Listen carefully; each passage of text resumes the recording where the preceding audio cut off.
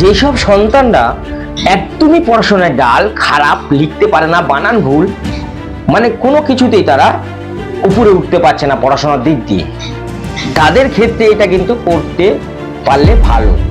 সরস্বতী পুজোর দিন যে কোনো মণ্ডপে হোক বা বাড়িতে ব্রাহ্মণকে নিয়ে যখন পুজো করাবেন, ব্রাহ্মণকে বলবেন যে আমার সন্তান এরকম এরকম ভাব পড়তে চায় না, আর কোনো কিছুতেই সে ভালো পারে না, সবকিছুতে ডাল, চুপচাপ থাকে, কথা বলে না, কি করা যায় ব্রাহ্মণকে এটা বলে দেবেন। ব্রাহ্মণ যা বলার বলবে।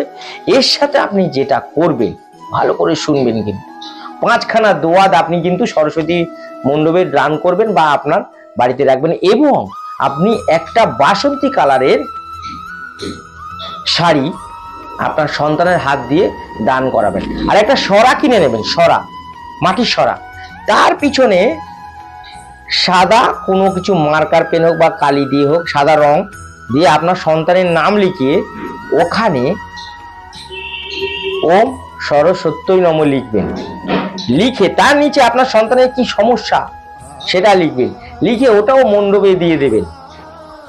চ্যালেঞ্জ করে বলছি, যার যে ছেলেমেয়েরা ডাল, পড়াশোনা পারে না, চুপ করে থাকে, কথা বলে না, লিখতে চায় না, প্রত্যেকে কথা বলবে, প্রত্যেকে লিখবে, প্রত্যেকে ডাল সন্তান ভালো নলেজ এবং প্রচুর লিখবে এবং পাস করবে এবং স্কুলে যেতে রাজি হবে, কলেজে যেতে রাজি হবে।